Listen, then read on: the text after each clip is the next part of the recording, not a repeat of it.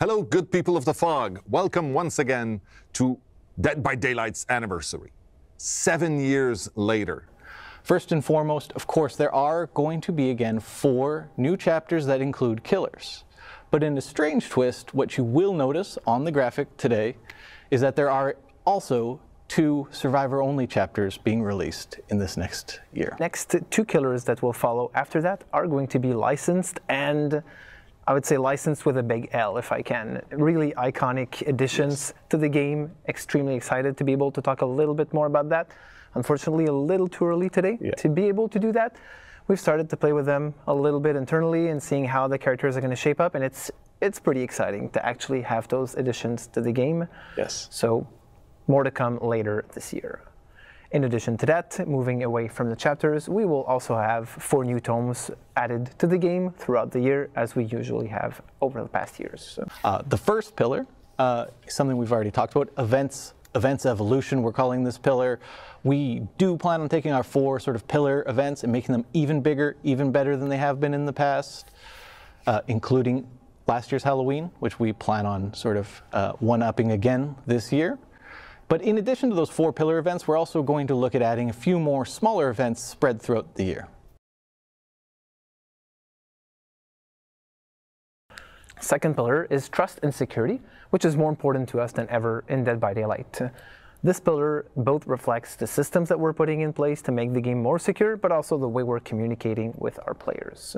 The first one, the former of those, we're really excited to say that we're about to launch a vulnerabilities disclosure program, which will allow us to work with people in the wild to report potential threats about the game, about our servers, etc., and really facilitate us closing those potential weaknesses that we knew or did not know about within the game. So very, very excited to launch. At our latest chapter and transmission. Let's take a look at the trailer. It wasn't programmed to harm the crew. It was supposed to help us build a safer home, but something happened. It became self-aware. It has no empathy. It doesn't feel pain.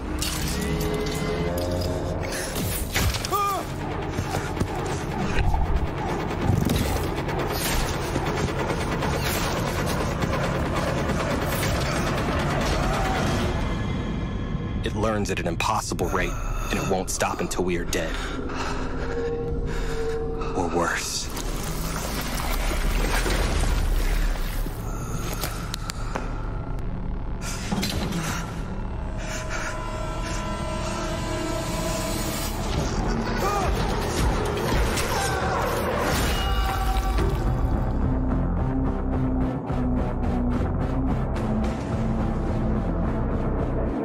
But yes, so the way the system works is that the hooked survivor has a meter on their screen, and it fills up based on the killer's distance to the hooked survivor.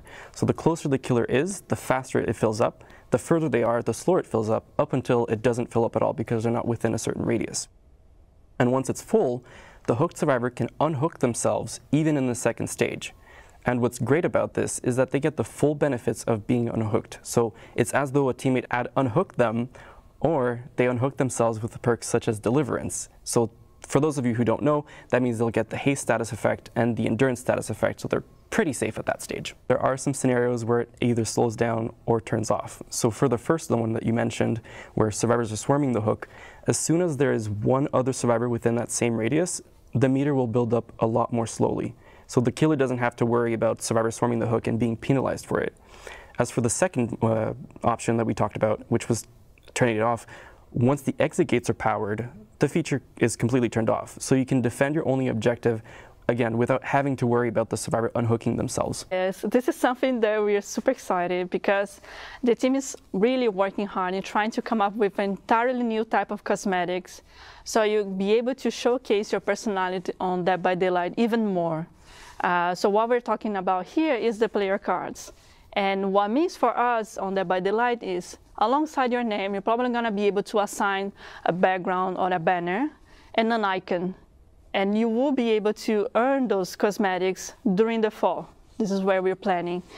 But the idea is they're going to start as standard rewards in every tome, and we're still going to be working on other ways for you to earn those cosmetics in the future. So we're not stopping there. So thanks once again to our dev team back in the studio. Wait. Thanks. Oh, right. I have one last thing, seriously, before we finish. I know we had some great reveals today, but I have one last thing that I'm super thrilled to talk about. We are welcoming into the Fog this year someone, I mean, it's a brand new survivor, like we've never done before. He's an amazing actor with a career that spans decades. He's done everything, all the greatest movies you've ever seen. He's been in the horror world for a while with cult classics to cosmic horror. He will be joining the Fog this summer. We are so excited to have him with us. There's nothing more powerful than imagination. It can shape the fabric of reality, transforming everything you may think you know.